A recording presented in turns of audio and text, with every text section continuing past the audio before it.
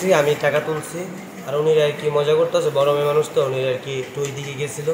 তারপরে হচ্ছে আমরা এখান থেকে কতক্ষণ পরে ওরা আসলো, ওরা উনি থেকে ডাক দিল, কি জানি কথা বললো। কথা বলার পরে তারা কি জানি হয়েছে, তারাও কথা বলছে। পরে কয়েকজনকে ফোন দিল, আসলো। আসার পরে কিছু না বললা উনি উনি ওরে মারছে। তারপর আরেকজনে বলতে গেছে ওর মাইরা পায়ের ভিতরে মারছে, আর উনি রে মারছে। মারার পরে থুইয়া পরে আরও দুইজনরে দেখছে, উনিদেরকে দৌড়ান মারছে। হ্যাঁ, তারপরে আমি দেখছি, আমি বলতেছি ভাই কি হয়েছে ভাই, আমাকে বলে রিল্যাক্স রিল্যাক্স। আমি বলছি ও আচ্ছা। পরে আমি বলতেছি কি আমার ভাইদেরকে দৌড়ান দিচ্ছে, তাদের প্রবলেম আছে।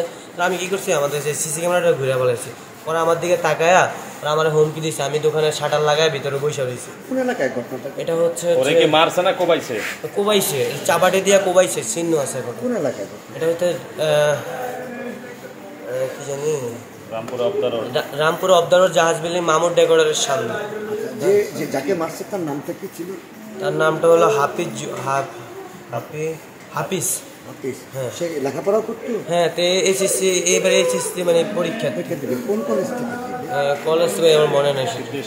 হ্যাঁ, শীতেশ্বরী। আচ্ছা, একটা জিনিস, ওর সাথে দ্বন্দ্বটা কি নিয়ে জানতে পারছো? দ্বন্দ্বটা হচ্ছে আপনার লয়া, ওই যে আমরা ব্যালটের টাকা উঠাইতেছি তো আজকে বন্যার্থদের। হ্যাঁ, বন্যার টাকা তুলতেছি তো আজকে যাব যাওয়া লয়া আজকে রাতে আমরা রওনা দিতাম। হ্যাঁ, তারপরে যাব এটা লয়া। কাদের সাথে তুমি তাদের নাম টাম জানো? না, আমি কাদের নাম জানি না। চেনো? এমনি দেখলে চিনবো। কোন এলাকার পোলাপানেরা? ওরা হচ্ছে ওলনের না? হ্যাঁ। ওরা কতজন আসছিল? ওরা 20 জন আসছিল, 20 জনের বেশি, কিন্তু কম না। সবার হাতে কি ধারালো অস্ত্র ছিল? হ্যাঁ, ধারালো অস্ত্র 10 জনের হাতে ছিল।